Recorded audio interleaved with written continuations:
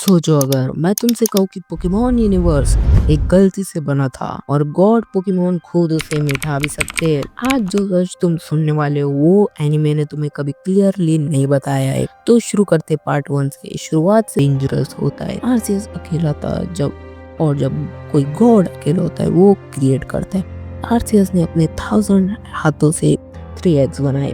Yes, तुम समझ रहे होंगे थोड़ा। डायलगा जो टाइम का रूलर था, पाल्किया स्पेस का गॉड है, and Giratina which is special and की मैटर शैडो वर्ल्ड का रूलर।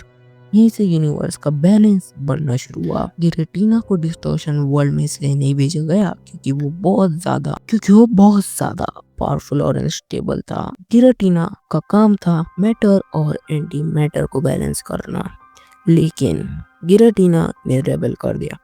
आरसीएस ने उसे पनिश किया और गिराटीना गिरा दिया गया एक ऐसी दुनिया में जहाँ न रूल्स होते एंड न कोई चीज का मतलब होता है। The distortion world.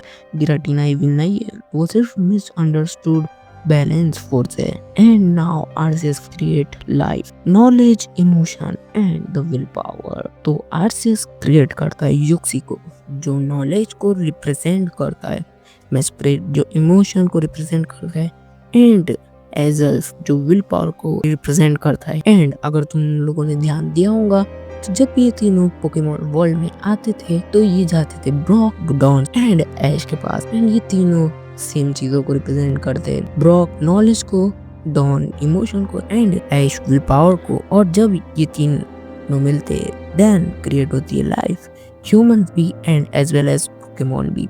इसका मतलब पोकेमॉन एंड ह्यूमंस अलग नहीं होते, which is ऐश थिंक ह्यूमन की सबसे बड़ी गलती।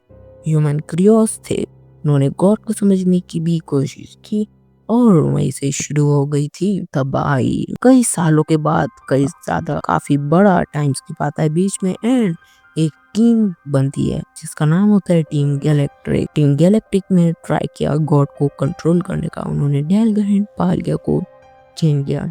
यूनिवर्स क्रैक होने लगा, टाइम रुकने लगा एंड स्पेस पूरी तरह से टूटने भी लगा और आरसीएस गुस्से में आ गया था। 6 पॉइंट जब गॉड को मारा गया।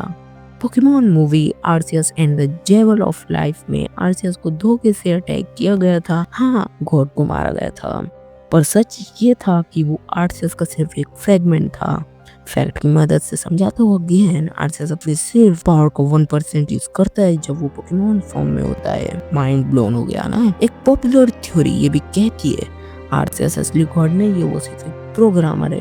पोकेमॉन यूनिवर्स सिमुलेशन है, डायलगा टाइम इंजन है, पाल्किया स्पेस इंजन है एंड गिराटीना एरर बग कंट्रोल है और ह्यूमंस एनपीसी ऐसे जो अवेयरनेस गेन कर रहे हैं। इसलिए आरसीएस कभी कभी इंटरप्ट करता है और कभी नहीं करता। अगर तुम्हें एक शॉकिंग एंडिंग बताओ तो सोचो अगर कल आरसीएस डिसाइड करे कि ये एक्सपेरिमेंट फेल हो चुका है तो वो क्या करेगा। सोचो, या तो वो पोकेमॉन वर्ल्ड को डिलीट करेगा, या तो ह्यूमंस को डिलीट कर देगा, या फिर टाइम को रिवाइंड कर देगा और फिर नया यूनिवर्स क्रिएट करेगा, बिल्कुल fresh and as well as बिल्कुल परफेक्ट भी। एंड पोकेमॉन वर्ल्ड सिर्फ एक सेव फाइल बन जाएगा। एंड पोकेमॉन सिर्फ एक कार्टून नहीं है, ये बताता है कि गॉड चाहे तो वो कुछ भी कर सकता है एंड ह्यूमंस कितने भी ज्यादा पावरफुल हो जाए, गॉड के सामने वो सिर्फ क्रिएशंस होते हैं। ऐसा हिंट हमें काफी सारे और एनिमेज में भी दिखाया गया है। तो सब्सक्राइब कर लो और वीडियोस के लिए। बाय।